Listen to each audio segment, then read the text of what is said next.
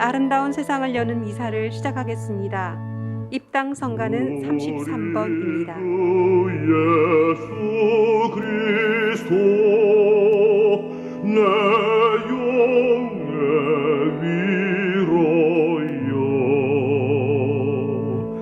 내 마음 주께 성부와 성자와 성령의 이름으로 아멘. 우리 주 예수 그리스도의 은총과 하느님의 사랑과 성령의 친교가 여러분 모두와 함께 또한 사제의 영과 함께 형제 여러분, 구원의 신비를 합당하게 거행하기 위하여 우리 죄를 반성합시다.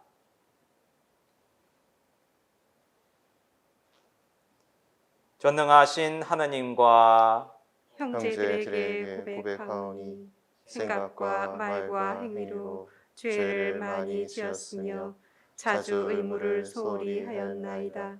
제 탓이요 제 탓이요 저의 큰 탓이옵니다. 그러므로 간절히 바라오니 평생 동정이신 성모 마리아와 모든 천사와 성인과 형제들은 저를 위하여 하느님께 빌어주소서. 전능하신 하느님, 저희에게 자비를 베푸시어 죄를 용서하시고 영원한 생명으로 이끌어소서. 아멘. 주님, 자비를 베푸소서. 주님 자비를 베푸소서. 그리스도님, 자비를 베푸소서. 그리스도님 자비를 베푸소서. 주님, 자비를 베푸소서. 주님 자비를 베푸소서. 기도합시다. 주님, 주님의 넘치는 은총으로 언제나 저희와 함께 하시어 저희가 끊임없이 좋은 일을 하도록 이끌어 주소서. 성부와 성령과 함께 천주로서 영원히 살아계시며 다스리시는 성자 우리 주 예수 그리스도를 통하여 비나이다. 아멘.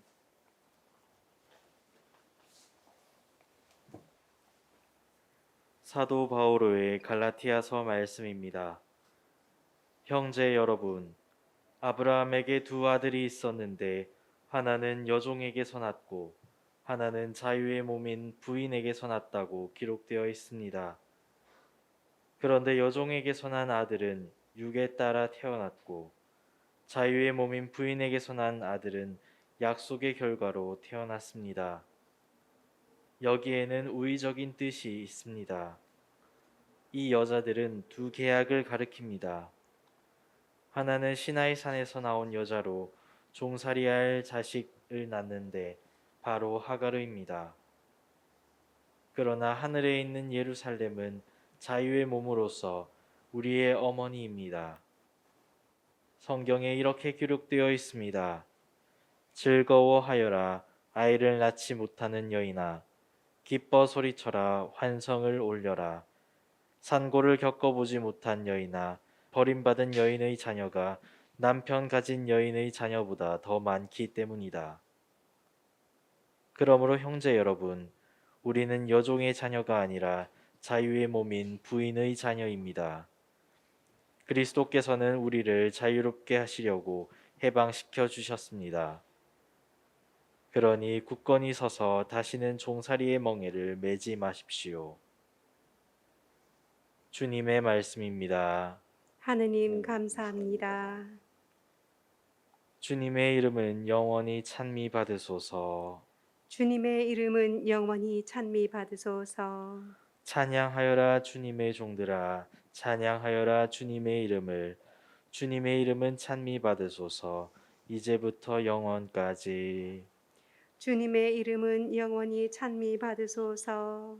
해 뜨는 데서 해 지는 데까지 주님의 이름은 찬양 받으소서.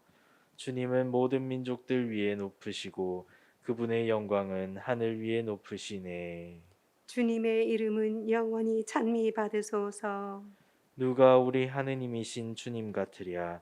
하늘과 땅을 굽어 보시는 분, 억눌린 이를 흙먼지에서 일으켜 세우시고 불쌍한 이를 잿더미에서 들어 올리시는 분. 주님의 이름은 영원히 찬미 받으소서. 할렐루야. 할렐루야. 오늘 너희는 주님 목소리에 귀를 기울여라. 너희 마음을 무디게 하지 마라. 할렐루야.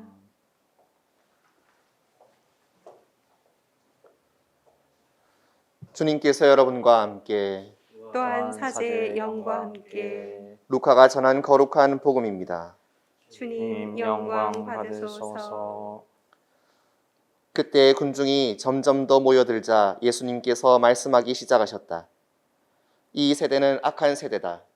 이 세대가 표징을 요구하지만 요나 예언자의 표징밖에는 어떠한 표징도 받지 못할 것이다. 요나가 니네베 사람들에게 표징이 된 것처럼 사람의 아들도 이 세대의 사람들에게 그러할 것이다.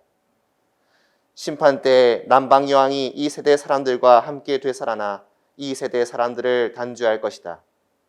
그 여왕이 솔로몬의 지혜를 들으려고 땅끝에서 왔기 때문이다. 그러나 보라, 솔로몬보다 더 큰 이가 여기에 있다. 심판 때 니네베 사람들이 이 세대와 함께 다시 살아나 이 세대를 단죄할 것이다. 그들이 요나의 설교를 듣고 회개하였기 때문이다. 그러나 보라, 요나보다 더 큰 이가 여기에 있다. 주님의 말씀입니다. 그리스도님 찬미합니다.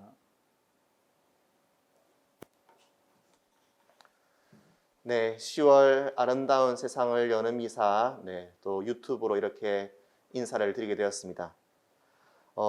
오늘 이 미사 때에는 코로나19와 지역사회 회복력이라는 주제로 이후연구소 소장이신 하승우 소장님 모시고 함께 강의 들어보도록 하겠습니다.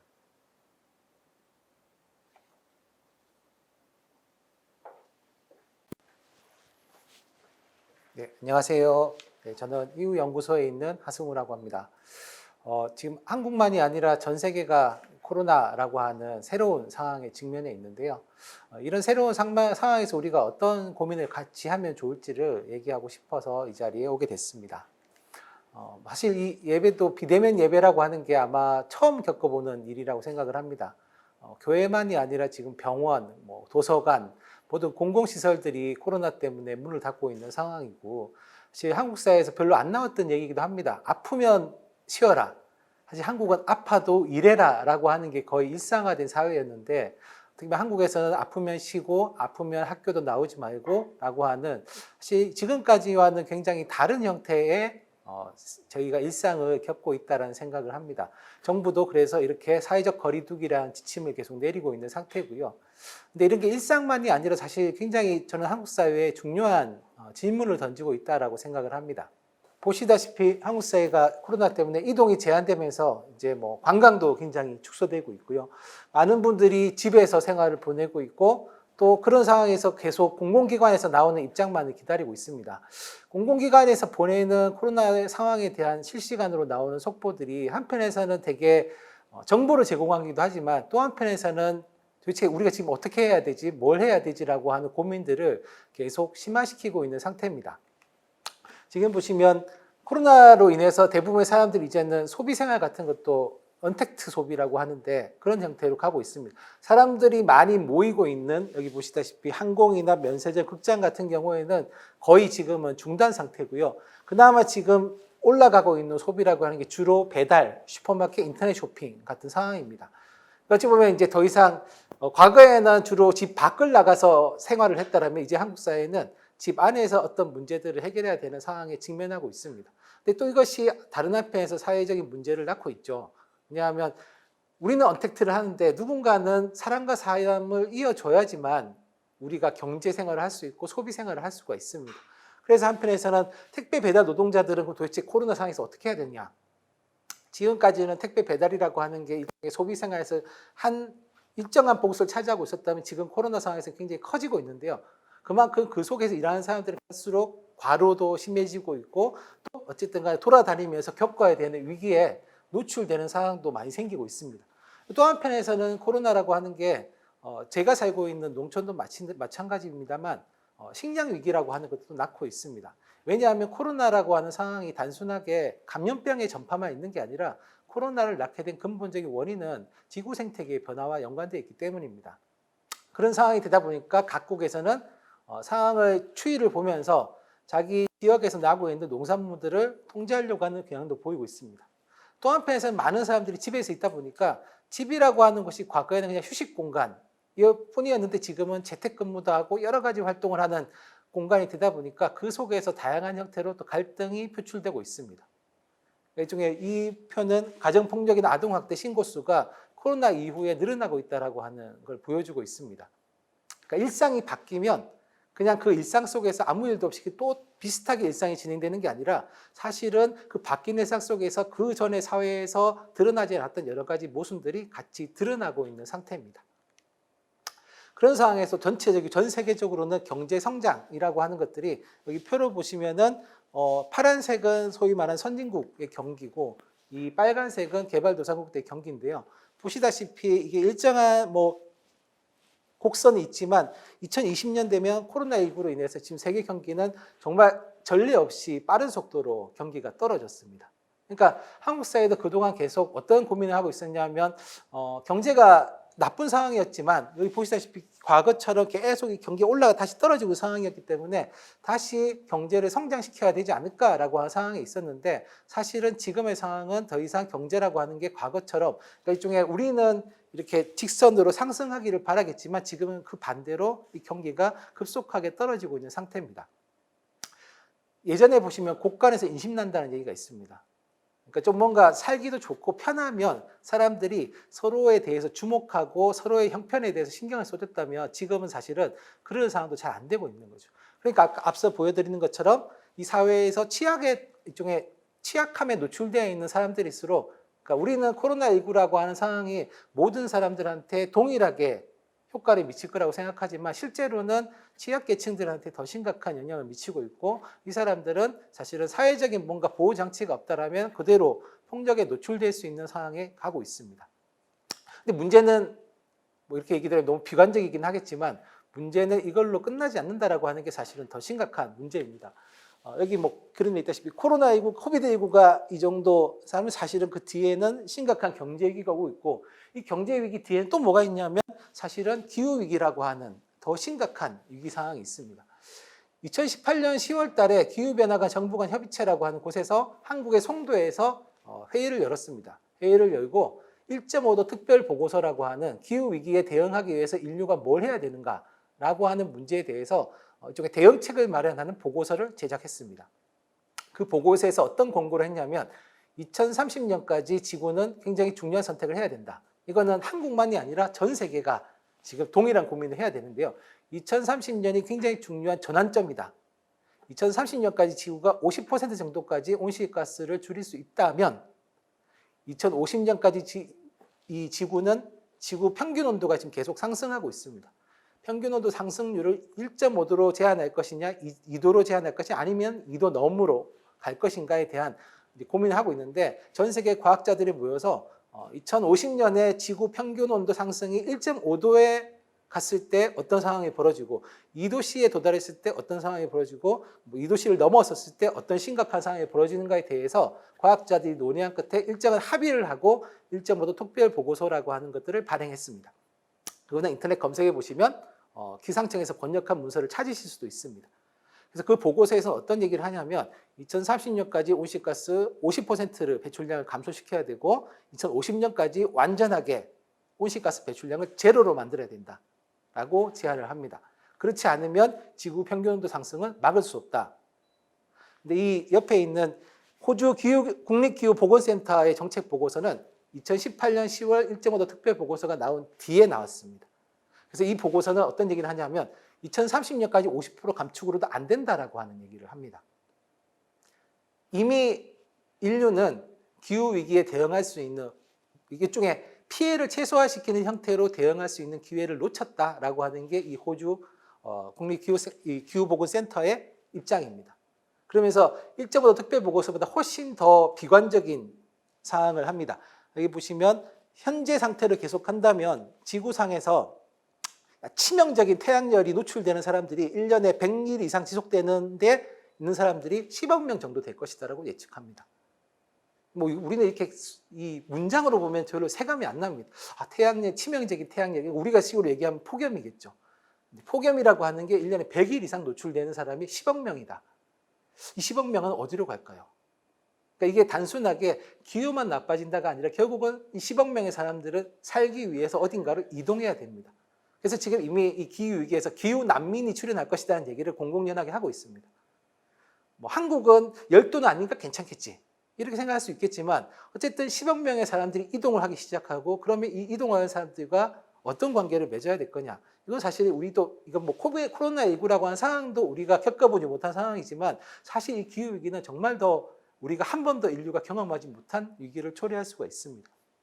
뭐 이것만 문제만이 아닙니다. 여기 보시면 20억 명 정도의 사람이 어떤 상태에 노출되면 물 자체에 접근할 수 있는 가능성이 떨어지게 되는 상황에 노출된다 얘기합니다. 물은 좀 이렇게 나눠 먹으면 되지 않겠냐라고 생각할 수도 있겠지만 사실 이게 어떤 거냐 하면 농업용수에 영향을 미칩니다. 그럼 결국 어떤 문제가 겹쳐지면 식량난이 생깁니다. 자, 치명적인 태양열에 노출되는 사람들과 이제는 물을 이용할 수 없어서 농업을 더 이상 할 수 없는 사람들, 이 인구가 20억 정도가 된다고 얘기를 하는 겁니다. 보통 이런 상황이 되면 인류가 어떤 역사를 돌이켜 봤을 때 어떤 상황을 경험하게 되냐면 결국 인류는 어떤 선택을 하게 되냐면 전쟁을 선택하게 됩니다. 먹고 살아야 되니까 국경을 밀고 넘어갈 수밖에 없고, 국경을 밀고 넘어오는 사람들을 당연히 이 나라에서 막으려고 하겠죠. 그럼 결국은 살기 위해서 넘어야 되는 사람과 무조건 막아야 되는 사람 사이에서는 폭력적인 충돌이 발생할 수밖에 없습니다.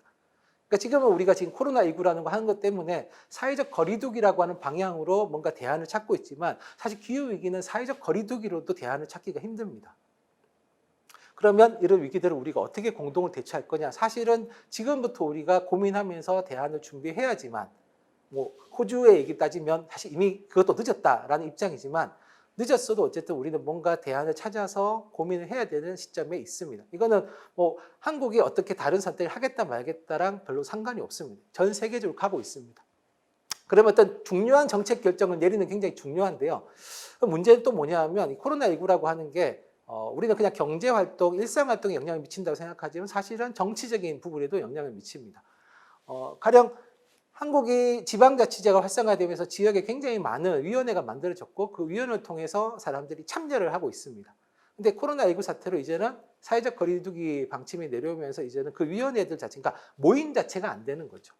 우리는 항상 민주주의라고 하면 그렇게 배워왔지 않습니까? 사람들이 모여서 같이 논의하고 결정하고.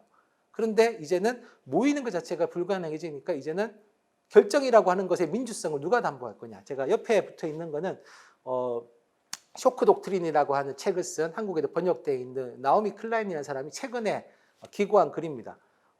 이 쿠오모 주지사라고 불리는 이 분이 미국의 뉴욕주 주지사입니다. 기후위기 정책에 굉장히 적극적으로 대응해서 유명해진 분이기도 한데요.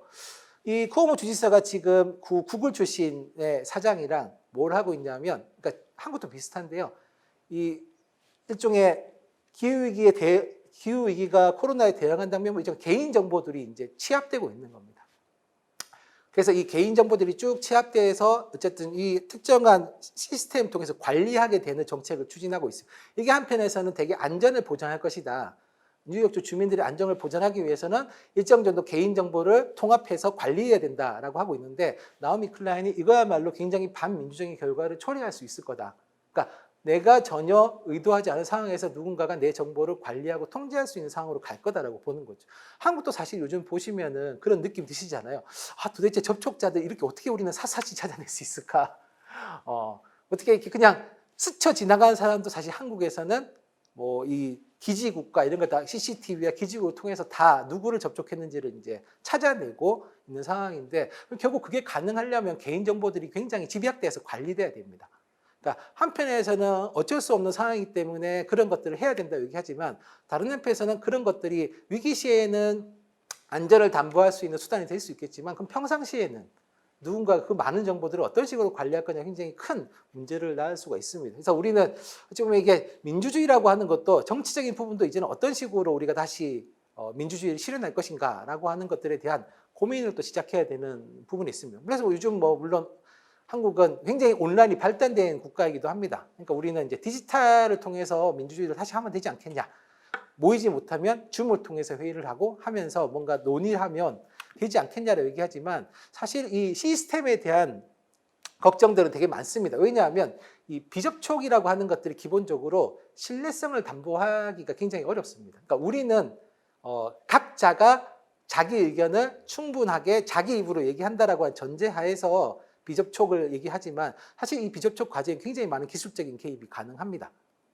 누구를 먼저 말하게 하고 누구의 얘기에 더 방점을 찍게 하고 이런 조작들이 가능한 거죠. 그리고 어쨌든 이게 비접촉 상태에서의 결정이라고 하는 걸 우리는 보통 뭐 전자투표하면 괜찮을 거야 라고 얘기하지만 결국 이것도 시스템으로 본다면 부정의 소지가 계속 있습니다. 이 사람이 진짜 투표를 한 건지 만 건지 이런 것들은 시스템을 관리하는 관리자들이 알고 있는 거고 실제로 투표를 한 사람들은 내 투표가 어떻게 실제로 표에 반영된지 결정에 반영된지를 그러니까 보여줄 수 있는 시스템도 있겠지만 보이지 않으면 사실 우리는 알 수가 없는 거죠. 그러니까 이게 코로나와 기후위기라는 상황이라고 하는 게 그냥 일상만이 아니라 뭐 경제활동만이 아니라 사실 정치적인 부분에도 뭔가 새로운 시스템에 대한 우리가 고민을 시작해야 된다라고 하는 질문을 던지고 있는 겁니다. 그러면 이제 사실 우리는 고민을 좀 해봐야 되는 거죠. 지금 사실 우리는 계속 너무 힘들어, 경제가 힘들어, 뭐가 힘드니까 다시 빨리 일상으로 돌아갈 수 있을 것이다 혹은 돌아가야만 된다를 얘기하고 있는데 근데 과연 빨리 돌아가는 게 정말 좋은 방법일까에 대해서는 저는 좀 질문을 저희가 던져봐야 된다고 생각합니다. 지금은 빨리 돌아가는 게 중요한 게 아니라 앞으로 우리가 겪을 상황에 대해서 우리가 어떤 식으로 같이 모여서 전략을 짜고 대응을 할 건가가 사실은 굉장히 중요한 시기라고 합니다. 뭐 코로나 상황에 사실 나가지고 그냥 큰 속보로만 나오고 지나가 버렸는데 한국 사회는 사실은 끊임없이 사고들이 있어 왔습니다. 코로나19만이 문제가 아니라 이 이천의 화재, 물류창고 화재 같은 경우에도 사실은 12년 전에 똑같은 화재, 똑같은 원인으로 사고가 발생했는데 사실 우리가 12년 동안 방치했기 때문에 또 이 상황이 벌어진 겁니다. 그러니까 이게 뭐냐면 우리가 뭔가 근본적으로 대책이라고 하는 것들을 고민하지 않으면 사고는 계속 반복될 거다. 그리고 그 사고의 규모는 조금씩 더 커질 거다. 그래서 어찌 보면 이런 사고들에 그러니까 저런 사고는 옛날에 경험해 봤는데라고 생각하면 지금 우리는 그것을 반복되지 않을 수 있는 뭔가 해결책을 찾아야 되는 상황인 거죠. 어쨌든 되게 이게 그러니까 이렇게 말씀드리면 되게 한숨이 나옵니다. 왜냐? 이거 경험해 보지도 못했고 사실은 다시 근본적으로 고민한다라고 하는 게 쉽지 않은 거죠. 기존의 인류가 누적해왔던 지혜라고 하는 게 여기에 소용이 있으면 되게 좋은데 사실은 지금은 기존의 인류가 누적해왔던 이 지혜라고 하는 것들이 쓸모없는 건 아니지만 새롭게 다시 우리가 적응해야 되는 상황이 됐습니다. 어쨌든 이런 상황이기 때문에 한국 정부도 여기 보시다시피 이제 그린 뉴딜이라고 하는 것 한국만 추진하는 게 아닙니다. 전 세계에 지금 어떻게 기후위기에 대응해서 녹색 전환이라고 하는 것들을 할 거냐 라고 하는 방법들을 고민하고 있습니다. 한국은 자꾸 이게 녹색 성장이기 때문에 녹색이 들어가면 이게 되게 뭔가 명확하지 않습니다. 근데 어쨌든 다른 나라에서는 그린 뉴딜이라고 하는 것들을 추구하고 있고 한국도 그린 뉴딜을 하기 위해서 핵심적인 5대 대표 과제를 선정을 했습니다. 그러니까 뭔가는 정부는 고민하고 있는 거예요. 왜냐하면 한국 정부가 고민 안 할 수는 없는 상황입니다. 근데 이제 문제는 이 고민의 내용입니다. 여기 보시면 한국의 5대 대표 과제는 그린 스마트 스쿨, 스마트 그린 산단, 그린 리모델링, 그린 에너지, 그린 모빌리티. 요게 핵심 대표적인 5가지로 잡혀 있습니다. 그린 스마트 스쿨은 뭘까요? 학교에다가 일종의 그 태양광 발전 설비를 붙이고 일종의 폐교 같은 것들을 활용하고 하는 것들을 얘기를 하고 있습니다. 스마트 그린 산단이 이게 다 비슷합니다. 근데 여기에 끼어 있는 게 뭐냐 하면 그러니까 에너지 부분을 녹색으로 전환시켜야 된다. 기존에 한국은 주로 에너지가 어쨌든 핵발전과 석탄화력발전소, 석유에 의존했다면 이제는 재생에너지로 전환해야 된다라고 하는 목표를 세우고 있는 것은 긍정적입니다. 근데 아시겠지만 이 재생에너지라고 하는 것들은 여러 가지 방법이 있겠죠. 대규모 태양광 단지를 만들어서 재생에너지를 할 거냐 아니면 지역화된 에너지를 순환시킬 수 있는 시스템을 만들어서 각 분산시켜서 에너지를 관리할 거냐. 그리고 사실은 기후위기를 고려한다면 에너지를 많이 쓰는 게 아닌 이제 에너지를 어떻게 줄일 거냐에 대한 고민을 시작해야 됩니다. 옛날처럼 에너지를 많이 써서는 더 이상 이 지구 생태계를 유지하기가 불가능합니다. 지구의 평균 온도 상승을 막을 수가 없습니다. 그럼 이제는 우리는 삶을 좀 바꿔야 되는 거예요. 에너지를 많이 쓰는 삶에서 에너지를 줄이는 삶으로 바뀌어야 되는데 사실 이런 중요한 부분에 대한 고민들이 지금은 빠져 있습니다. 아까 한국 정부의 방침은 뭐냐 하면 이 그린이라고 하는 것들을 새로운 성장 동력으로 만들겠다. 그래서 요즘 지자체들도 많이 하는 게 전기자동차, 수소자동차 이런 거에 보조금 지금 막 붙여주고 있습니다. 그런데 사실은 근본적으로 생각해 보면 지금은 승용차를 붙여줘서 보조금을 붙여서 그러니까 석유를 휘발유를 떼는 승용차, 경유 휘발유 쓰는 승용차를 전기나 수소차로 바꾸면 괜찮은 게 아니라 사실은 어떻게 하면 대중교통 시스템을 강화시켜서 승용차 이용비를 낮추고 하는 게 되게 중요한 건데 한국은 여전히 성장 중심에, 그러니까 그린 뉴딜도 약간 성장 중심에 잡혀져 있습니다. 제가 이거는 조금 이따가 유럽연합이 지금 추구하고 있는 그린딜과 비교해서 조금 더 설명을 드리겠습니다. 또 한편에서 지금 아까 말씀드린 대로 택배를 비롯한 배달 일종의 그 비정규직 노동자들 같은 경우에는 더욱더 이 전염병에 노출되는 상황들이 빈곤해지고 있습니다. 그럼 결국 이런 것들이 한국이 정규직보다 비정규직이 훨씬 더 많은 상황이기 때문에 그럼 결국은 위험에 노출되는 사람들이 많으면 거기에 대한 대응책을 수립해야 되는데 이 중요한 이 대응책은 이 대표 과제에 빠져 있는 거죠.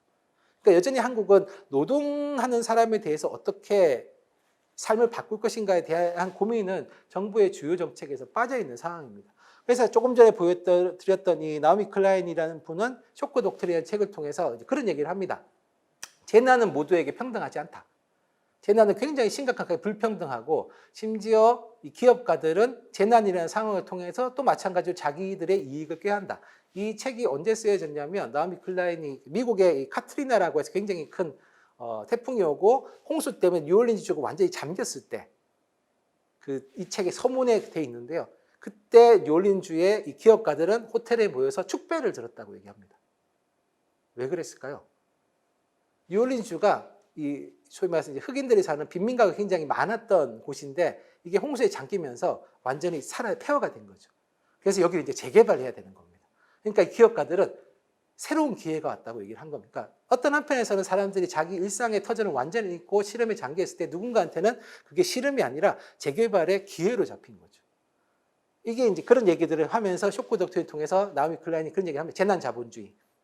재난도 자본주의는 자기의 이윤의 원천으로 만들더라라는 얘기를 합니다. 그래서 이 자본주의, 그러니까 사실은 이런 나오미 클라인은 코로나보다 자본주의가 더 심각한 위기다, 문제다라고 하는 얘기도 하는데요. 어쨌든 이런 것들에 대해서 우리가 뭔가 이제는 조금 더 근본적으로, 그러니까 감염병만 코로나19만 좀 잘 통제하면 괜찮아질 거야. 뭐 기후 위기도 이제 재생에너지 좀 쓰고 하면은 뭔가 다른 식으로 성장 동력을 만들 수 있겠지. 경제는 계속 아까 보시면 세계 경제는 이렇게 경기가 하락하고 있는데 한국은 다시 성장할 수 있을 거야라고 하는 기대가 사실 이제는 근본적으로 불가능한데 우리는 여전히 그런 기대치를 가지고 있는 사회에 살고 있습니다.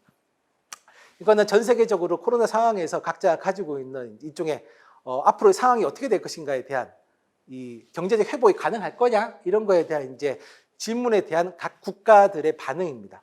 여기 보시면 이제 한국이 여기에 있습니다. 한국은 불확실하다라고 하는 쪽이 제일 많습니다. 근데 또 한국 보시면 낙관적인 쪽이 또 28% 정도가 됩니다. 비관적인 쪽은 한 12% 정도. 다른 나라와 비교했을 때 한국은 중간층이 굉장히 크죠. 뭐 낙관적인 쪽보다 중간층이 크다라고 하는 게 뭐 이렇긴 하겠지만 어쨌든 이 여전히 뭐냐면 우리는 일종의 낙관할 수는 없지만 나아질 수 있겠지라고 하는 기대치를 여전히 가지고 있는 상황입니다. 불안하긴 하죠. 근데 이 불안함이 나는 살아남을 수 있을 거다라고 하는 걸로 가면 이게 경기 회복이라고 하는 게 결국 어떤 방식으로 진행될 거냐, 모두가 다 같이 살아나는 방식이 아니라 결국 살아남는 사람들은 살아남고 살아남지 못하는 사람들은 도태되는 형태로 갈 가능성이 큽니다. 왜냐하면 한국 사회의 기존의 경향이 쭉 그래왔기 때문에 기존 사회 경로를 따라서 발전할 수밖에 없는 거죠. 그래서 어쨌든 뭐 과학자들 이광석 선생님은 과학기술대에 있는 교수님인데 그런 고민을 합니다. 비접촉 사회가 되면 비접촉의 방식으로 기술적인 방식으로 문제를 해결할 것이다 라고 하는 게 되게 허황되다. 이거는 과학적인 면에서 볼 때도 과학기술은 그냥 기술이지 이거 자체가 사회를 구성하는 형태는 아니라는 거죠. 그러면 결국은 우리가 과학기술 이전에 우리가 누구랑 같이 살고 있는 건지에 대한 확인이 좀 필요하다고 얘기를 합니다. 그래서 그러니까 비접촉이 중요한 게 아니라 사실은 비접촉 상황에서도 누가 위험에 노출되어 있는지, 나도 되게 불안하지만 나랑 비슷한 불안감을 가지고 있는 사람들은 누군지, 우리 지역에는 어떤 취약계층들이 살고 있는지, 우리는 도대체 누구랑 같이 살고 있고 이 상황에서 누가 가장 고통을 겪고 있는지라고 하는 것들을 알아야 된다는 거죠. 알고 나면 그 다음에 기술적 해결책이 뭔가의 방안을 할 수 있는데 기술 자체가 사회를 구원해 줄 것이다 라고 하는 것들은 되게 환상이다 라고 하는 것들이 얘기입니다. 그리고 또 한편에서는 이제 이런 얘기 나옵니다. 아까 말씀드린 근본적으로 우리가 사회를 재성찰할 시간이 되었다. 그러니까 지금 보면 코로나19라고 하는 거를 위기로 인식할 거냐 아니면 기회로 인식할 거냐, 뭐 누군가 그런 얘기도 합니다. 야, 이런 끔찍한 상황을 누가 기회라고 얘기할 수 있느냐. 근데 사실은 이 끔찍한 상황을 뭐 갑자기 우리한테 온 게 아니라 사실 이 끔찍한 상황은 인류가 초래한 거기도 한 거죠. 결국 이 코로나 계열의 이 바이러스들을 보면 메르스나 어쨌든 사스 같은 것도 결국은 자기 보금자리를 잃어버린 생명체들이 외부로 나오면서 인간과 접촉하면서 인수공통 감염병이 확산되고 있는 겁니다. 그러니까 사실은 코로나19도 인간한테 아무런 책임이 없다. 우리가 갑작스럽게 겪은 위협이다라고 얘기할 수는 없는 거죠. 인류가 초래한 상황이기도 합니다. 그러면 결국 이 초래한 상황을 우리가 어떤 식으로 대응할 것인가라고 하는 것도 결국 우리의 책임이기도 한 거죠. 그럼 결국 이거를 위기로만 보고 계속 피하려고만 할 건지 아니면 기회로 보고 직면할 거냐라고 하는 것들은 역시나 저는 인류사회의 선택이라고 봅니다. 어쨌든 요거는 이클레이 한국사무소에서 만든 자료인데요. 그러니까 이 리젤리언스, 그러니까 회복력이라고 하는 관점에서 본다면 코로나19의 위기는 조금 다르게 우리가 생각해야 될 접점들이 있다라고 얘기하면서 세 가지 얘기를 합니다. 첫 번째는 결국 뭐냐면 이 도시라고 하는 것들, 그러니까 그 전까지 우리는 도시는 계속 성장 중심이었습니다. 부산도 마찬가지고, 저도 고향이 부산인데요. 부산도 과거의 부산하고 비교해보면 지금 굉장히 많이 재개발되어 있습니다. 근데 지금도 보시면 부산은 여전히 재개발해야 되고 더 아파트 지어야 되고 조금이라도 짜투리 땅이 있으면 거기다 뭔가를 세우려고 합니다. 그러니까 왜 그러냐면 그래야지 도시가 살아있다라고 얘기를 하는 거죠. 계속 뭔가 높은 건물들이 들어서야지 아, 이 동네는 역동적이네, 생동감이 있네, 이렇게 하도록 우리는 이제 인식을 하도록 배워왔습니다. 근데 이제 그 인식을 바꿔야 된다는 거죠.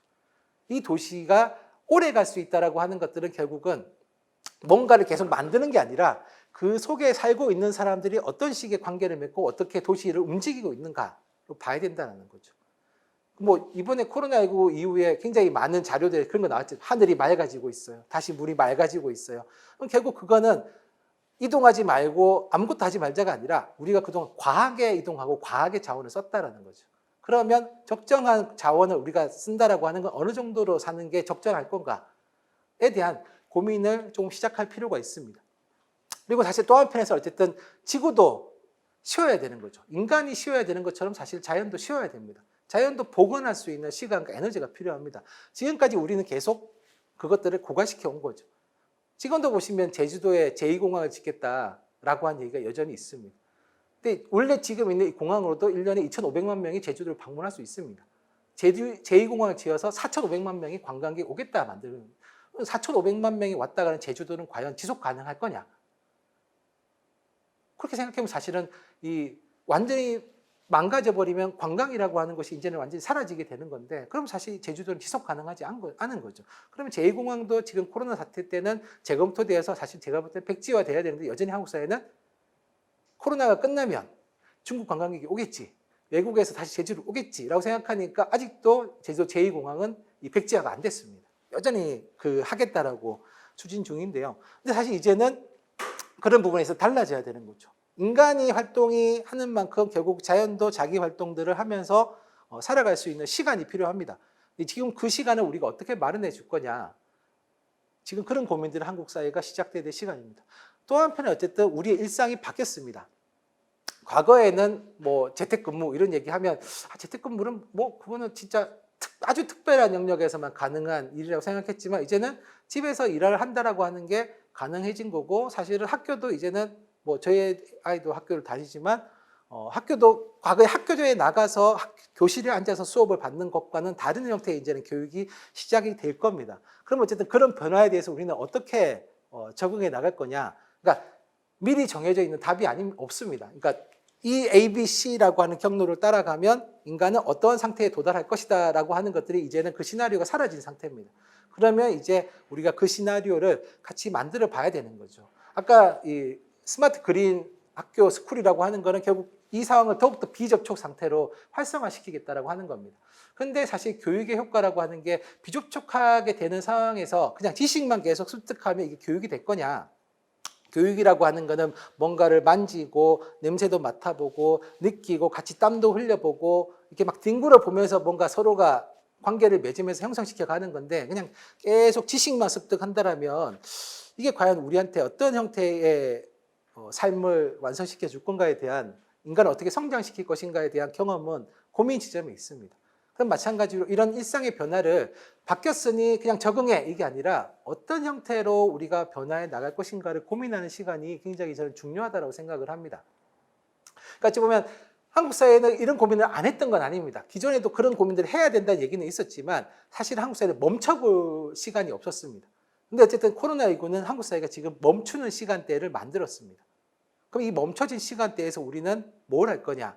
그냥 개인적인 형태로 아까 보시면은 다시 여행 가고 싶어요. 다시 뭐 하고 싶어요. 뭐 주로 뭘 하면 시간 보내? TV를 주로 봐요. 뭐 이렇게 하고 있는데 그 상황에서 계속 시간을 보내는 걸 할 건지 아니면 뭔가 우리가 다시 사회를 재설계하는 과정에 같이 적극적으로 참여할 건지에 대한 저는 고민이 필요하다고 생각을 합니다. 프란치스코 교황님도 메시지를 남기셨습니다. 이 인류를 생각했을 때 코로나 상황이라고 하는 것들은 그냥 단순하게 아까 말씀드린 대로 모두한테 다 힘든 상황을 초래할 거지만 결국 이것도 심각하게 불평등이라고 하는 것들을 노출시킬 거다. 그러니까 뭐 우리가 그 자리에도 기본소득 이런 얘기도 사실 한국 사회에서 얘기는 나왔지만 별로 뭐야 일을 안 하는데 돈을 준다고? 뭐 이런 식의 반응이었다면 이제는 교황님도 말할 정도로 기본소득이 보편적으로 이제 대안으로 제시되기 시작을 한 겁니다. 기본소득이 뭐 여러 가지 취지가 있겠지만 결국 기존 사회가 요구하는 기업화된 활동 노동에 그러니까 노동력으로 나를 팔지 않아도 뭔가 생활을 할 수 있는 형태의 생계가 보장될 수 있는 틀을 만들어야 된다 얘기인데 이게 그전에서는 사실은 받아들일 수 없는 얘기였죠. 야, 일을 하는데 어떻게 돈을 받아? 였다면 뭐 한국도 이미 재난지원금을 비롯해서 그런 형태의 지원을 받기 시작하는 거죠. 특정한 상황과 조건에서는 그렇게 해야지만 인간의 삶이 이어질 수 있기 때문에 그렇게 가야 된다라고 하는 부분에 우리도 고민하기 시작한 겁니다. 근데 뭐 교황도 고민하면 우리도 이제 같이 고민을 해야 되겠죠. 코로나 이후에 더 평등한 사회를 어떻게 만들 거냐? 지금 현재 불평등에 노출되어 있는 사람들과 우리가 어떻게 손을 잡을 건가에 대한 고민이 필요하다고 생각을 합니다. 아까 제가 한국의 그린 뉴딜 5대 대표 과제 말씀드렸지만 유럽은 사실은 더 체계적으로 계획을 짜고 있고 사실 우리가 알고 있는 그레타 툰베리는 이것도 부족하다라고 비판합니다. 야, 유럽연합 그린딜 이걸로는 안 돼. 2050년까지 절대 안 돼. 근데 뭐 지금 우리는 유럽의 그린딜 수준도 지금 못 따라가고 있는 상황인데요.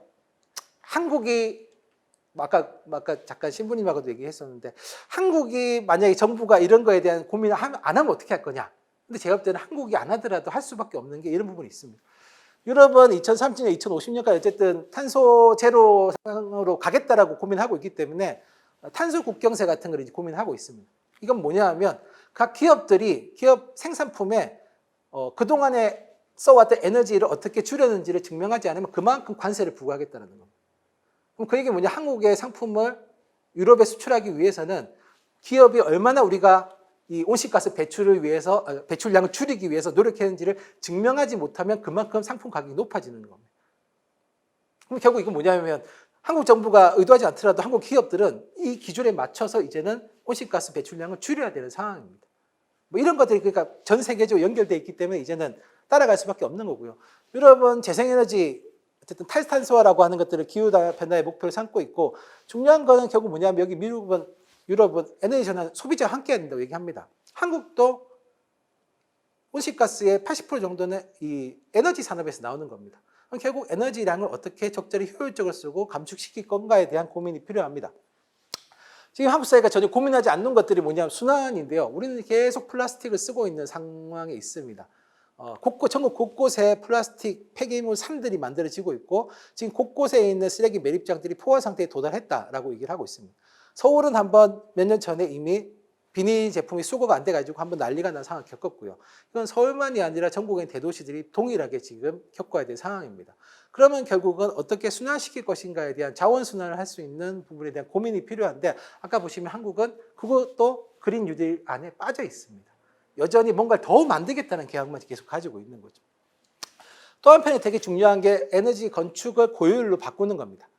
그래서 건물 같은 것도 이제는 우리는 계속 새로운 건물을 막 짓는 걸 하고 있는데 그게 아니라 에너지 효율이 떨어지는 건물들을 리모델링해서 에너지 효율이 높은 건물로 바꾸는 게 되게 지금 중요하다라고 하는 부분이 있고 또 한편에 어쨌든 대중교통을 어떻게 바꿀 거냐. 그러니까 결국 한국은 지금 자가용이 거의 이제 인구 2명당 1명 2,500만 대를 넘어섰습니다. 그만큼 자가용 수요가 많고 자가용 수요가 늘어난 데는 결국은 대중교통 체계가 제대로 되어 있지 않기 때문에 자가용을 쓰게 되는 경우도 많습니다. 그럼 결국은 자가용을 줄이기 위해서는 대중교통을 어떻게 바꿀 거냐라고 하는 고민을 해야 되고, 또 한편에 되게 중요한 게 여러분 친환경 농업에 대한 고민입니다. 농업도 전환을 해야 되는 거죠. 한국의 농업도 되게 석유 농업입니다. 기계를 많이 씁니다. 그럼 결국은 그걸 어떻게 전환시키고 축산도 더 이상은 지금과 같은 대규모로 공장식 축산 방식으로 유지가 불가능합니다. 그럼 축산도 전환을 해야 되는 거죠. 이런 부분들이 모여가지고 일종의 그린 딜이라고 하는 걸 구성을 하고 있습니다. 한국 정부가 구성하고 있는 이 그린 뉴딜과 비교해 보면 되게 차이가 많이 납니다. 그럼 우리가 뭐 유럽보다 상황이 좋아서 한국은 좀 이제 온실가스 배출량이 많지 않아서 그럴까요? 그렇지 않습니다. 한국이 온실가스 배출량 따지면 전국 전 세계 10위권 내에 들어갑니다. 이미 2017년도에 7억 톤을 넘어섰습니다. 아까 얘기했던 2030년까지 전 세계 온실가스 배출량을 50%를 줄여야 된다고 하면 한국이 50%였던 때가 언제일까요? 1991년입니다. 그럼 우리가 1991년도에 우리가 에너지를 쓰는 규모로 지금은 돌아가야지 50% 절감이 가능한 겁니다. 완전히 탄소 제로로 만든다, 2050년까지. 그러면 어떻게 해야 될까요? 재생에너지와 여러 가지로 한다고 하더라도 사실은 에너지에 틈이 생길 수밖에 없습니다. 그리고 그 에너지의 상당 부분 또 우리는 산업에 투여해 왔기 때문에 결국은 산업도 어떻게 전환할 건지에 대한 고민을 시작을 해야 됩니다. 그래서 그런 고민들을 한꺼번에 다 해결하면 좋겠지만 제가 볼 때는 이거를 뭐 국가적인 차원과 전 세계적인 차원까지 저희가 다 고민해서 문제를 해결하기는 굉장히 어렵습니다. 제가 추천해드릴 책이 한 권의 책인데 전환의 키워드 회복력이라는 책이 있습니다. 이 책은 뭐냐 하면 인류가 회복력을 기르기 위해서 해왔던 역사가 있습니다. 그러니까 뭐 우리가 알고 있는 협동조합과 여러 가지를 비롯해가지고, 그러니까 성장하기 위해서가 아니라 조금 더 평등하게 서로가 서로를 보살피면서 살아가기 위해서 우리가 어떤 식의 삶의 방식을 취해야 되는가라고 하는 게 지금 막 고민해야 되는 게 아니라 그 전에 그렇게 살아왔던 삶의 양식과 방법들에 대한 기록들이 있습니다. 근데 그 기록들을 우리는 지금은 별로 중요하지 않다라고 해서 이제 방치해 왔었는데, 사실 이 책은 다시 그걸로 어떻게 우리가 회복할 것인가, 이 리질리언스라고 불리는 회복력은 그냥 만들어지는 게 아니라 일종의 다양한 원칙들을 기준으로 해서 만들어진다고 얘기를 합니다. 그래서 이 책은 뭐 7가지 원칙을 하고 있는데 제가 볼 때 가장 중요한 원칙은 다양성입니다. 지금까지 한국은 성장하기 위해서 되게 모든 삶들을 표준화시켜 왔습니다. 아시겠지만 우리 뭐 아침형 인간 이런 것도 있지 않습니까? 무슨 아침형인가, 무슨 형인가, 무슨 회사형, 항상 무슨 형 인간을 해가지고 그 인간화 되지 않으면 문제가 있는 것처럼, 그렇게 하지 않으면 내가 도태되는 것처럼 계속 강요해 왔어요. 그래서 계속 그런 인간이 되라고 요구해 왔던 거죠. 근데 이 책은 정반대로 얘기합니다. 그렇게 사회가 가면 결국 망한다라고 얘기합니다. 왜냐하면 다 똑같다라는 거죠. 위기 상황이 왔을 때는 서로 다른 기능을 하는 사람들이 필요한데 위기 상황에 다 모두 똑같은 일만 할 수 있으면 그 사회는 지속이 불가능하다는 거예요. 그럼 결국 뭐냐? 우리가 위기에 대응하는 방법은 어떻게 하면 다양한 사회를 만들 거냐? 특정한 직종에다가 다 모든 혜택을 줘가지고 다 거기가 다 모든 사회적 자원을 독식하게 하는, 가령 한국에는 법조 예를 들 수 있겠죠. 어쨌든 간에 사법고시만 통과하고 뭐 법조인만 되게 되면 한국 사회 기회가 되게 넓습니다. 국회의원도 될 수 있고 뭐 그걸 통해 다른 직위도 얻을 수 있고 그렇게 되는 거죠. 근데 특정 직업을 과도하게 특혜를 받는 건 문제입니다. 다른 직업들도 동일하게 사회 속에서 존경을 받고 대우를 받으면서 생활할 수 있다 한다면 다양성이라고 하는 체계가 회복될 수 있다고 보는 겁니다. 또 하나 되게 중요한, 이 책의 중요한 얘기가 뭐냐, 가외성이라는 얘기를 합니다. 우리식으로 또 따지면 뭐냐면 좀 노는 사람이 있어야 된다 얘기합니다. 그러니까 한국 사회는 자꾸 놀면은 쓸모없는 거라 생각하는데 이 책은 쓸모없다라고 하는 게 굉장히 쓸모있는 상황이 온다. 그러니까 어찌 보면 사회는 계속 이렇게 구멍들을 좀 만들어, 의도적으로. 그러니까 다양한 역할을 할 수 있는 사람들이 평상시에 좀 놀다가 위기 시에는 그 사람들이 짜잔 등장해가지고 뭔가 이 끊어져 있는 사회적 관계들을 이어줄 수 있는 역할들을 하는, 이게 개인적인 의지로 있는 게 아니라 시스템적으로 갖춰졌을 때 그 시스템이 탄력성이 생긴다고 얘기합니다. 그러니까 밖에서 외부의 충격이 와도 이렇게 한번 출렁하면서 그 충격을 흡수하고 다시 자기 시스템을 정비할 수 있는 탄성을 만드는 게, 사실은 모두가 다 각자 짜여진 일만 하고 있으면 그런 탄성은 안 생긴다는 거죠. 뭔가 좀 중간에서 헐렁하게 노는 사람이 있어야지만 가능하다고 얘기합니다. 사실 이 두 가지는, 다양성과 이 가외성은 한국 사회에서 절대로 그동안 안 받아들였던 능력 중에 하나입니다. 야, 남들 열심히 일하는데 뭐 놀아? 이래야지. 이렇게 생각하고, 또 한편에서는 어쨌든 다양성, 야, 통일시켜. 뭐 짬뽕 짜장면 얘기 많이 하지 않습니까? 예, 우리는 무조건 다 통일시키는 문화에 살고 있는데 그게 아니라 이제는 서로의 선택과 존재를 인정해주는 상태로 가야지만 회복력이 가능할 거다라고 보는 겁니다. 앞에서 본 이클레 했던 얘기랑 비슷한 거죠. 뭔가 지금 시기에는 우리가 그냥 어떻게 다시 과거로 회복할 것인가를 고민하는 게 이게 회복력이 아니라 어떻게 새로운 관계를 맺으면서 내가 살아가고 있는 관계망을 변화시킬 것인가가 사실은 굉장히 중요한 회복력이고 그리고 그것이 그냥 일시적인 게 아니라 하나의 시스템으로 작동할 수 있도록 만들어 놓는 게 되게 중요하다라고 얘기를 합니다. 근데 뭐 이렇게 얘기하면 되게 어려운 것 같지만 저는 가장 기본적인 것부터 시작해야 된다고 봅니다. 이 신한국사의 탐구라는 책에 보면 이제 이런 얘기가 있습니다. 이 얘기는 그 일본이 한국을 굉장히 식민지하면서 굉장히 사사시 조사를 했는데 일본에서 사사시 조사를 하면서 되게 신기하다라고 하면서 남긴 기록입니다. 이게 뭐냐 이제 신의주로 가는 의주로 가는 길에 이게 상자가 곳곳에 있는데 이 상자는 길 가는 나그네가 그냥 필요할 때 먹을 수 있도록 뭐 엿과 담배 뭐 이런 것들을 이제 넣어놨다라고 합니다. 요즘 얘기하면 자판기죠. 근데 요즘 자판기는 돈을 넣어야지만 작동하는데 여기는 그냥 상자, 누구라도 열어볼 수 있는 상자로 있었다고 얘기합니다. 그래서 이게 일본 사람이 봤을 때 이해가 안 된다는 거지. 뭐야? 누가 그냥 꺼내가면 결국 이거는 손해 아니야. 우리가 흔히 얘기하면 야 이거 퍼주기 아니야? 약간 이럴 수 있는데 이 책의 얘기에 따르면 이게 퍼주기가 아니라는 거죠. 왜냐하면 이건 어찌 보면 두 가지라고 얘기합니다. 하나는 이 지역 사회가 이방인을 대하는 태도. 낯선 사람들이 오면 우리는 무조건 경계하고 낯선 사람들 이제는 이제 코로나 때문에 접촉도 피해야 되죠. 낯서면 무조건 다 위험해라고 하는데 사실 이 관계는 낯선 사람들이 우리 관계망에 들어왔을 때 우리한테 전해줄 수 있는 새로운, 그러니까 아까 말씀드린 비슷한 동네 사람들만 있으면 하나도 지금 보면 이제 한 1, 2년 놀면 이제 되게 재미가 없죠.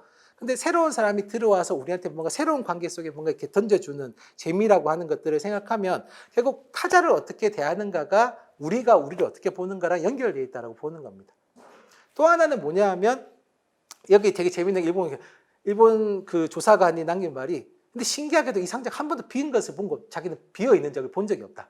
항상 어디 가나 이 상자는 채워져 있더라. 누가 채웠을까?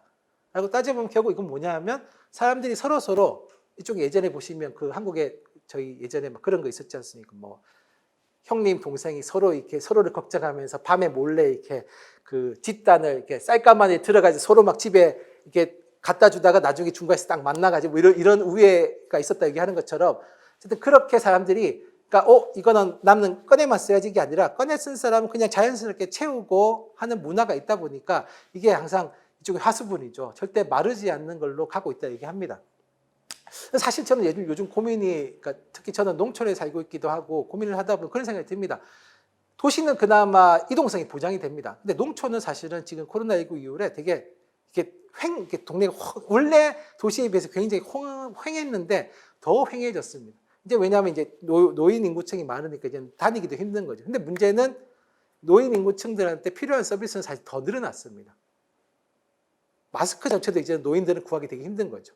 그러면 마스크를 읍내에 있는 약국가에 나와서 면회 사는 사람이 나와서 마스크를 가져가야 될 거냐?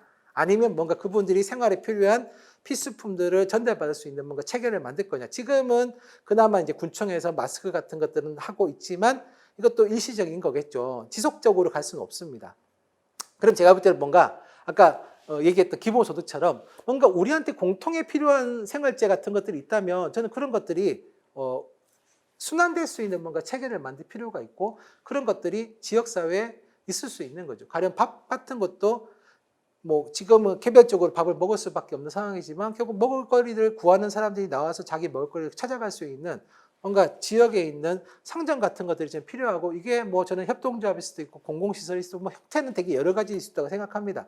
그러니까 그런 형태의 사회적 관계망을 우리가 만들 수 있느냐인 거죠. 우리가 그렇게 신뢰할 수 있는 사회적 관계망을 만들 수 있다면 저는 이런 형태의 상점들이 생겨도 이쪽에 무인점포죠. 무인점포가 얼마든지 운영될 수 있다고 생각합니다. 접촉하지 않아도 자기가 필요한 것들을 취할 수 있고 사실은 또 거기 가면 여러 가지 정보도 얻을 수 있겠죠. 그럼 이런 형태로 우리가 뭔가 만들 수 있다면 이런 공간들을 만들 수 있다면 저는 그 속에서 다양성이라고 하는 것들과 여러 가지 이 삶들이 새로 시작될 수 있다고 생각을 합니다. 그리고 뭐 이런 기본적인 필요를 채우는 것만이 아니라 어떤 면에서는 이 소외되는 사람들을 엮어주는 과정들이 되게 필요하다고 생각합니다. 제가 최근에 한겨레 21에 그 기사를 봤는데 그 이제 쿠바가 일종의 전 세계가 격찬하는 면역 체계가 일종의 코로나 방역 체계를 가지고 있는 나라라고 얘기합니다. 우리가 볼 때 쿠바는 쿠바 농업 국가 뭐 그냥 예전에 미국이랑 갈등 비했던 국가 정도 생각하지만 사실 쿠바가 이 의료 체계가 가장 잘 돼 있는 국가라고 얘기합니다. 그래서 쿠바는 주치의 제도가 마을마다 마을 주치의 제도가 있어가지고 지금도 코로나 상황에서 한국보다 훨씬 더 방역 체계는 미흡하지만 결국 의사들이 계속 집집마다 찾아다니면서 문진을 통해 가지고 사람들의 건강을 체크하고 그것이 또 상급 의료기관에 보고돼서 특정 지역에 문제가 생기면 또 그것에 대해서 정부 차원의 대책이 마련되고 하는 책이 간다는 거죠. 근데 한국에 보면 이게 한국은 최근에 의대생들과 전공의대 파업도 있었지만 한국은 그런 체계는 아닌 거죠. 한국은 철저하게 개인이 자기 건강을 관리해야 되는 체계입니다. 그러다 보니까 우리는 사실 코로나에 걸리는 게 개인의 문제가 아닌데 우리는 막 공포에, 한국도 보시면 이렇게 코로나에 대응하는 게 질병에 대응하는 것도 있지만 약간 사회적 공포에 대응하는 방식이기도 합니다. 내가 확진되면 무서운 거죠. 왜냐하면 내가 만나는 사람들, 접촉자들, 뭐 이런 사람들이 다 누구이고 이게 다 드러나게 되는, 그러니까 사실 한국을 숨기게 되는 거죠. 걸리면 큰일 난다라는 생각을 하게 되는 거고, 쿠바 같은 시스템에서는 걸리면 빨리 이것이 보고돼가지고 지역사회 속에서 어떻게 이게 회복될 것인가를 고민하는 체계가 되는 거죠. 그럼 결국 한국도 고민해야 될 것은 빨리 이 질병을 백신을 개발해서 없애는 걸로 끝나는 게 아니라 어떤 면에서 우리가 자기 건강을 자기만 생각하지 않도록 만드는 그런 시스템이 좀 필요하다고 생각을 합니다. 그럼 결국 뭐냐면 이게 누군가가 사람들이 어떻게 살고 있고 어떻게 지내고 있는지를 잘 살피는 게 필요한 거죠. 지금처럼 관계를 단절하고 서로 안 만나면 되는 게 아니라 어떤 면에서 제가 볼 때는 만나야 되는 사람들을 굉장히 열심히 만나야 되는 시기이기도 합니다. 그럼 그 열심히 만나는 역할을 누가 맡을 거냐? 우리는 보통 한국에서는 정부는 뭐 하냐 이렇게 얘기하는데 사실 정부도 할 수 있는 역할에는 제한이 있을 수밖에 없습니다. 결국은 지역 내에서 그것들을 관리할 수 있는 뭔가 자율적인 시스템이 필요한 거죠. 그러면 그런 관계망을 우리가 어떻게 짤 거냐? 그러니까 안부를 물어주고, 사실 쿠바의 문진 시스템도 되게 뭐 단순합니다. 안부를 물어주고 아픈 데 없냐? 그러니까 하루에 한 번씩 그렇게 물어주는 사람이 있고 체크해 주는 사람이 있는 것만으로 되게 내가 뭔가 돌봄을 받고 있구나라고 하는 안정감을 느끼게 되는 거죠. 아까 한국 보시면 60% 이상이 불안감을, 그러니까 경제에 대한 불안감도 있지만 어떤 면에서는 자기 삶에 대한 불안감을 굉장히 많이 가지고 있습니다. 그래서 저는 불안한 개인들이 살아가는 사회는 지속되기 어렵다고 생각을 합니다. 그럼 결국 우리가 뭔가 지속적인 삶을 살기 위해서는 어떤 형태로 새로운 관계를 만들 거냐에 대한 고민이 필요하다고 생각합니다. 그러니까 앞서 말씀드린 게 일종의 우리가 새롭게 관계를 맺을 수 있는 거점, 공간적인 거점을 마련하는 거라면 뭔가 이제는 우리가 관계를 맺는 역할에 대한 고민도 필요합니다. 그 역할을 누군가 사회적으로 줘야 되는 거죠. 그리고 그 사회적 역할을 하는 사람에 대해서는 우리가 존중해주는 과정이 필요합니다. 그래서 지나치게 촘촘하게 뭐 우리가 또 그렇다고 해서 아주 촘촘한 관계망을 만들자 이건 아니고 어떤 면에서는 그 관계망, 지역사회가 지속될 수 있는 형태의 관계들을 계속 유지시킬 수 있는 저는 지속적인 노력이 되게 중요하다고 생각을 합니다. 또 한편 아까 보시면 이 집에 있기 때문에, 그러니까 사회로 나가는 것만이 아니라 집에 있어서 사실 집도 굉장히 저는 다양한 관계의 망의 축이라고 생각을 합니다. 코로나19 때 사실 저 드러난 게 한국 사회가 얼마나 가부장적인가 드러났다고 생각합니다. 왜냐 집에 있는데 남성들은 뭘 못하는 거죠. 어쨌든 이 기본적인 밖에서 돈 버는 일을 했는데 그 외에 능력이 얼마나 취약한 사람인가가 드러났다고 생각합니다. 결국은 일가정의 양립이라고 하는 게 저는 한국 사회에서 굉장히 지금 절실하게 남성들한테 필요한, 여성들만 일가정 양립을 하는 게 아니라 남성들이 사실은 일가정 양립을 어떻게 할 거냐. 그러니까 이것도 마찬가지로 그냥 남성들한테 그걸 해라고 강요해서 되는 게 아니죠. 그거를 할 수 있는 방법을 가르쳐주고 그렇게 할 수 있도록 지원해주는 시스템이 필요하다고 생각을 합니다. 그러니까 이걸 하기 위해서는 기존에 우리가 다 노동 중심의 사회에서부터 우리가 좀 벗어나야 된다고 생각합니다. 여전히 노동만 강요되는 사회에서는 그런 고민을 할 여유가 없는 거죠. 이제는 아프면 쉬어야 되고, 아프면 쉬면서 뭔가 다른 삶을 고민할 수 있어야 되고, 아프지 않도록 내가 살기 위해서 어떻게 해야 되는지에 대한 여러 가지 고민들이 있어야지만 저는 한국 사회가 시스템이 바뀔 수 있다고 생각을 합니다. 이건 그냥 단순하게 정부가 정책을 바꿔서만 되는 문제가 아니라 결국 이 속에 사는 사람들이 어떻게 다르게 살아갈 것인가에 대한 고민들을 같이 시작해야지만 저는 바뀔 수 있다고 생각합니다. 그래서 뭐 그렇다고 생각하면 저는 뭐 이게 접촉이냐 비접촉이냐 뭐 텍트냐 언택트 이거는 별로 중요하지 않다고 생각합니다. 사람들이 서로 신뢰할 수 있고 다른 식의 관계를 맺을 수 있고 내가 지금 당장 힘들고 어렵더라도 뭔가 계속 이 마을에서 이 지역에서 내가 같이 살아나갈 수 있다라고 생각하면은 그걸 통해서 힘을 얻을 텐데 지금 한국 사회는 고립되면 어떨 건가에 대한 불안감이 너무 크기 때문에 어떻게든 고립되지 않기 위해서 이제 발버둥 쳐야 되는 상태에 있는 거죠. 저는 이 불안감을 깨지 않으면 코로나19 상황이 좀 진정돼도 우리는 왜냐면 그 뒤에 또 올 거란 말이죠. 이게 뭐 코비드19라고 하는 게 결국 코로나 계열의 바이러스인 거고 이 다음에 또 뭐가 올지는 모르는 거 그때는 또 없는 백신을 우리가 또 개발해야 되는 상황이 갈 거라는 거죠. 그럼 마스크는 또 계속 우리가 쓰고 있는데 이 마스크를 우리가 언제까지 써야 될 건지 또 마스크는 이렇게 계속 쓰고 일회용을 버려도 되는 건지에 대한 고민이 계속 끊임없이 우리한테 들고 있습니다. 그러면 이제는 우리가 뭔가 지금까지 살아왔던 기존에 익숙했던 방식 더 만들어서 더 쓰면 되지라고 하는 게 아니라 이제는 뭔가 더 생산하지 않더라도 혹은 우리가 더 열심히 일만 하지 않더라도 어떻게 삶을 지속할 건가에 대한 고민을 시작해야 되고 이거는 개인이 고민해야 되는 문제가 아니라 사회가 같이 고민해야지만 이게 회복력이라고 하는 형태로 만들어질 수 있다고 생각을 합니다. 그래서 이게 가보지 않은 길이기 때문에 답이 없습니다. 제가 여기 와서 뭐 지역사회 회복력은 이런 과정을 통해서 만드시면 됩니다 라고 얘기하면 되게 좋겠지만 그런 거는 존재하지가 않습니다. 전 세계적으로도 존재하지 않고요. 그냥 이제 생각과 고민을 시작해야 되고 근데 이 문제는 그냥 생각하고 고민하는 것만은 안 된다는 거죠. 생각과 고민을 어떻게 행동으로 연결시킬 것인가. 아까 말씀드린 2050년이라고 하는 되게 지구한테 지금 중요한 이제 시간이 정해져 있습니다. 2050년까지 우리는 우리 삶을 어떻게 바꿀 건가? 라고 하는 시간대가 정해져 있는 거고 또 2050년을 가기 위해서 우리는 2030년까지 어떻게 삶을 바꿀 것인가 라고 하는 지금 우리의 요구를 받고 있습니다. 그러면 이거는 단지 생각하고 고민만 하면 되는 게 아니라 지금 이제 우리가 삶을 직접 행동으로 바꿔봐야 되는 거죠.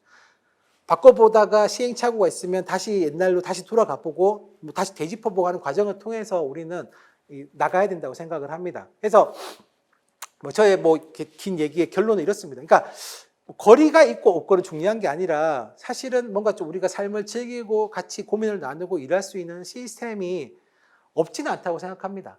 이미 있습니다. 근데 아직 우리가 그 시스템과 사람에 대한 신뢰가 별로 없는 거죠.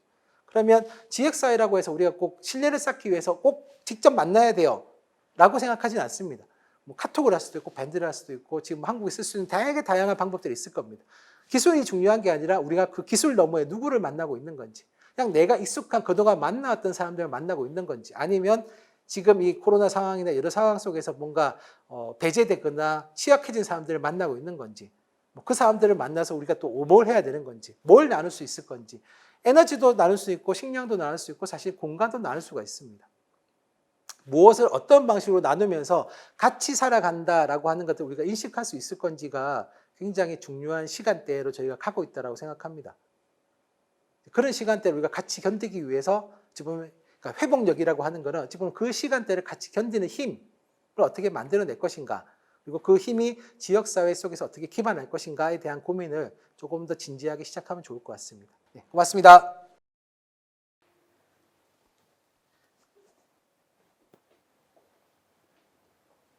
세상을 아름답게 창조하시고 우리를 늘 구원으로 이끄시는 하느님 아버지께 우리의 필요를 겸손되이 봉헌합시다. 코로나의 극복을 위해 기도하는 교회를 위하여 기도합시다. 주님, 코로나의 상처 속에서 모든 이가 하나 되기를 위하여 힘쓰는 세상의 모든 교회를 위해 청하오니 현실적인 코로나의 어려움 속에서도 복음 정신을 잃지 않고 물질적인 유혹에 더 이상 현혹되지 아니하여 최선을 다해 모두를 살리는 길을 선택할 수 있도록 하늘의 뜻, 코로나 극복을 위한 사랑의 실천이 이 땅에서 이루어지도록 지혜를 허락해 주소서. 주님, 저희의 기도를 들어주소서. 코로나의 극복을 위해 최선을 다하고 있는 정치 지도자들을 위해 기도합시다. 인류 역사상 공공의 적이 발현했습니다. 허나 이는 적이 아니라 지구의 상처이고 지구의 아픔이자 고통입니다. 인류에게 내린 하늘의 벌이 아니라 인류의 탐욕과 이기심이 불러온 결과입니다. 코로나 위기를 극복하는 가운데 모든 지도자들이 지혜를 모을 수 있도록 이끌어 주소서. 인간과 자연의 공정과 번영, 조화와 균형을 위해 코로나 이전 정치 지도자들의 모습을 성찰케 해주시고 후손들이 이러한 시련 속에서 신음하지 않도록 회심과 지혜의 은총을 허락해 주소서. 주님, 저희의 기도를 들어주소서. 코로나 극복을 위하여 큰 희생을 감당하고 있는 의료진과 봉사자들을 위해 기도합시다. 자신을 낮추고 자신을 죽임으로써 이웃을 높이고 이웃을 살리려는 이 땅의 모든 의료진과 봉사자들이 희망을 잃지 않게 해주소서. 그 희망이 이 땅에서 이루어지는 당신의 사랑임을 우리는 깨닫기에 그들이 흘리는 땀과 눈물이 헛되지 않도록 그들에게 힘을 주시고 위로해 주소서. 주님, 저희의 기도를 들어주소서. 코로나의 극복을 위하여 침묵하고 인내하고 포기하고 있는 우리 모두를 위해 기도합시다. 개인의 자유가 중요시 되고 있는 세상이지만 그 자유에는 반드시 책임과 의무가 따른다는 사실을 잊지 않게 해 주소서. 나로 인하여 사랑하는 이들이 다칠 수 있다는 걱정과 염려로 서로 배려하고 양보하는 마음, 서로 아껴주는 마음, 곧 당신의 그 사랑이 우리 안에 자리 잡게 해주소서. 인류가 만들어낸 이 시련이 인류에게는 큰 슬픔이자 아픔이지만 동시에 이 슬픔과 아픔을 통하여 하늘의 이치를 깨달아 서로 간의 다름 속에서도 그 차이를 인정하고 차이 안에서 일치를 이루는 영적 성숙의 시기가 될 수 있도록 우리 모두를 이끌어 주소서. 주님, 저희의 기도를 들어주소서. 기쁠 때나 슬플 때나 넘치는 은총으로 언제나 저희와 함께 하시는 주님, 자녀들이 바치는 이 기도를 기꺼이 들어주소서. 우리 주 그리스도를 통하여 비나이다. 아멘. 예물 준비 성가는 215번입니다.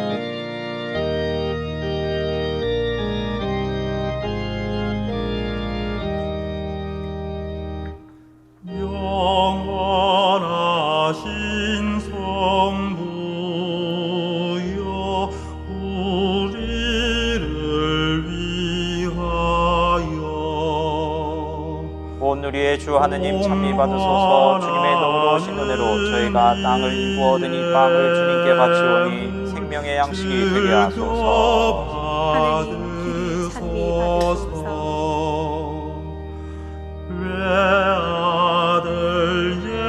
온 우리의 주 하느님 찬미 받으소서. 주님의 너그러우신 은혜로 저희가 포도를 갖고 오더니 술을 주님께 바치오니 구원의 음료가 되게 하소서. 하느님 길이 찬미 받으소서. 연약한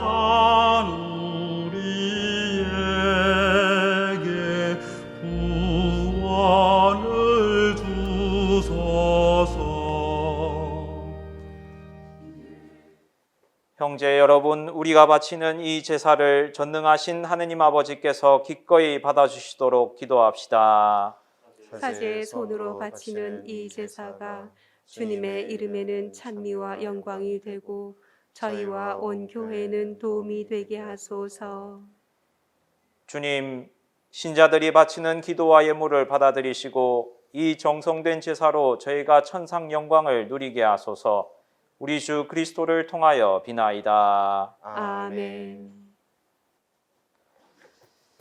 주님께서 여러분과 함께 또한 사제의 영과 함께 마음을 드높이 주님께 올립니다. 우리 주 하느님께 감사합시다. 마땅하고 옳은 일입니다. 거룩하신 아버지, 전능하시고 영원하신 주 하느님, 언제나 어디서나 아버지께 감사함이 참으로 마땅하고 옳은 일이며 저희 도리요 구원의 길이옵니다.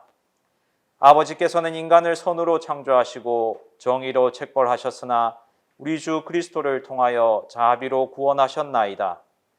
그리스도를 통하여 천사들이 주님의 위엄을 찬미하고 주품 천사들이 흠숭하며 권품 천사들이 두려워하고 하늘 위 하늘의 눈품 천사들과 복된 세라핌이 다 함께 예배하며 환호하오니 저희도 그들과 소리를 모아 삼가 주님을 찬양하나이다.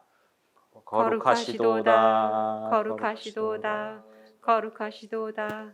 온 누리의 주 하느님, 하늘과 땅에 가득 찬 그 영광, 높은 데서 호산나. 주님의 이름으로 오시는 분 찬미 받으소서. 높은 데서 호산나. 거룩하신 아버지, 아버지께서는 모든 거룩함의 셈이시옵니다. 간구하오니 성령의 힘으로 이 예물을 거룩하게 하시어 우리 주 예수 그리스도의 몸과 피가 되게 하소서. 스스로 원하신 순환이 다가오자 예수님께서는 빵을 들고 감사를 드리신 다음 쪼개어 제자들에게 주시며 말씀하셨나이다. 너희는 모두 이것을 받아 먹어라. 이는 너희를 위하여 내어줄 내 몸이다.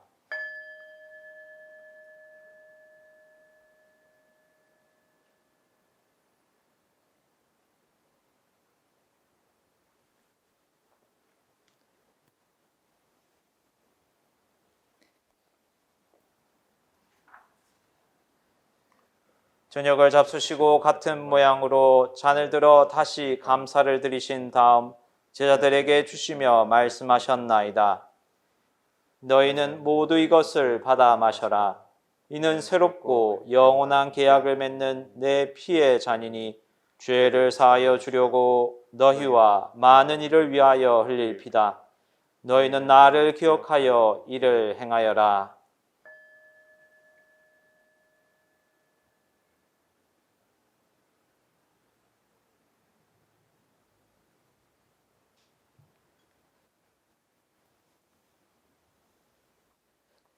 신앙의 신비여, 주님께서 오실 때까지 주님의 죽음을 전하며 부활을 선포하나이다. 아버지, 저희는 그리스도의 죽음과 부활을 기념하며 생명의 빵과 구원의 잔을 봉헌하나이다. 또한 저희가 아버지 앞에 나와 봉사하게 하시니 감사하나이다. 간절히 청하오니 저희가 그리스도의 몸과 피를 받아 모시어 성령으로 모두 한 몸을 이루게 하소서. 주님, 온 세상에 널리 퍼져 있는 교회를 생각하시어 교황 프란치스코와 저희 주교 요셉과 모든 성직자와 더불어 사랑의 교회를 이루게 하소서. 부활의 희망 속에 고이 잠든 교우들과 세상을 떠난 다른 이들도 모두 생각하시어 그들이 주님의 빛나는 얼굴을 배우게 하소서. 저희에게도 자비를 베푸시어 영원으로부터 주님의 사랑을 받는 하느님의 어머니 복되신 동정 마리아와 그 배필이신 성 요셉과 복된 사도들과 모든 성인과 함께 영원한 삶을 누리며 성자 예수 그리스도를 통하여 아버지를 찬양하게 하소서. 그리스도를 통하여 그리스도와 함께 그리스도 안에서 성령으로 하나 되어 전능하신 천주 성부 모든 영예와 영광을 영원히 받으소서. 아멘.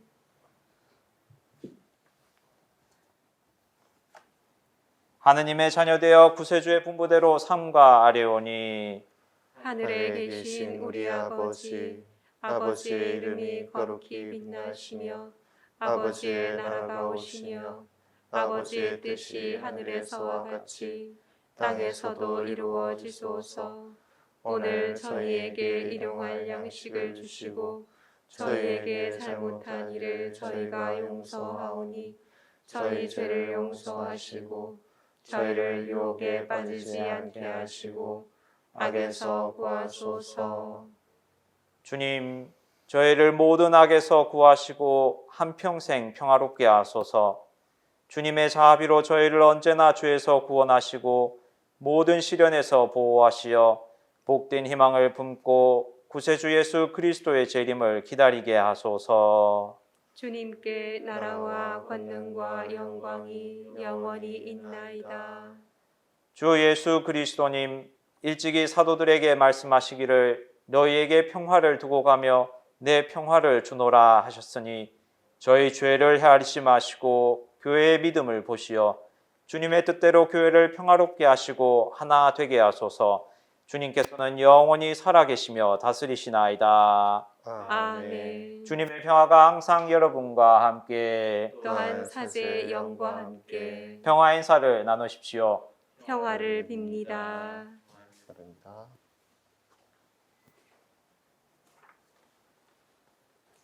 하느님의 어린 양, 세상의 죄를 없애시는 주님, 자비를 베푸소서. 하느님의 어린 양, 세상의 죄를 없애시는 주님, 자비를 베푸소서. 하느님의 어린 양, 세상의 죄를 없애시는 주님, 평화를 주소서.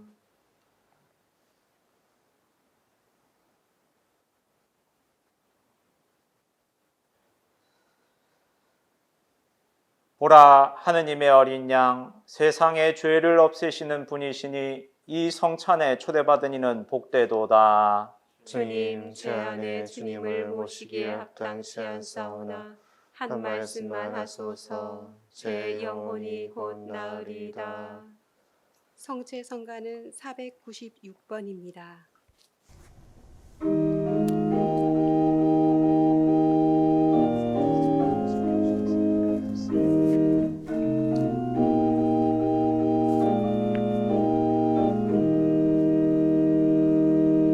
누구보다 주님을 우리 사랑하셨네. 밤의 별같이 우리를 이끄시네. 빵을 같이 나눌 때 주님 사랑 주시네. 우정의 성사 하느님의 빵. 내 성체를 받아 먹어라. 내 선혈을 받아 마셔라. 나는 생명이요 사랑이니라. 우리 너의 사랑에 이끌소서. 누구보다 주님은 우리 사랑하셨네. 그의 큰 사랑 십자가 죽기까지. 그의 강한 사랑은 죽음처 이기셨네. 대선한 네, 공지사항 알려드리겠습니다. 지금 현재 이제 코로나 방역 지침이 1단계로 이제 격화되어 있는 상황입니다. 그래서 저희도 11월 달부터는 이제 대면 미사를 진행하려고 합니다. 그래서 11월 아름다운 세상을 여는 미사는 11월 9일 월요일 저녁 7시 30분 가톨릭 센터 소극장에서 있겠습니다. 한반도 평화 뭐가 중요한데에 미국의 대선 결과와 북한의 제8차 당대회를 주제로 하여 경남대 극동문제연구소 교수님으로 계시는 김동엽 교수님 모시고 함께 이렇게 미사 봉헌하도록 하겠습니다. 네, 아름다운 세상을 여는 미사 참으로 간만에 이렇게 대면 미사를 할 수 있게 되었습니다. 많은 참석 부탁드립니다.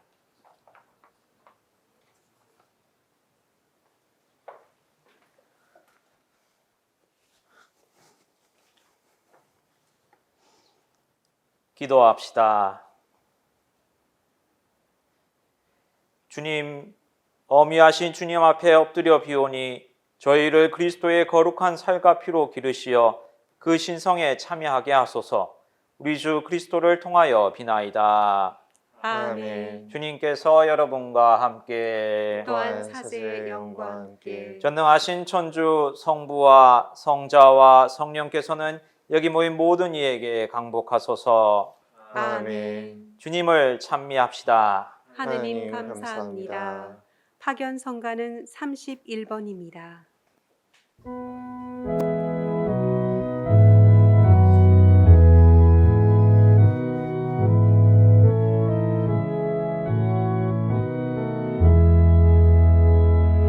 이 크신 모든 은혜 베풀어 주시니 한 생명 다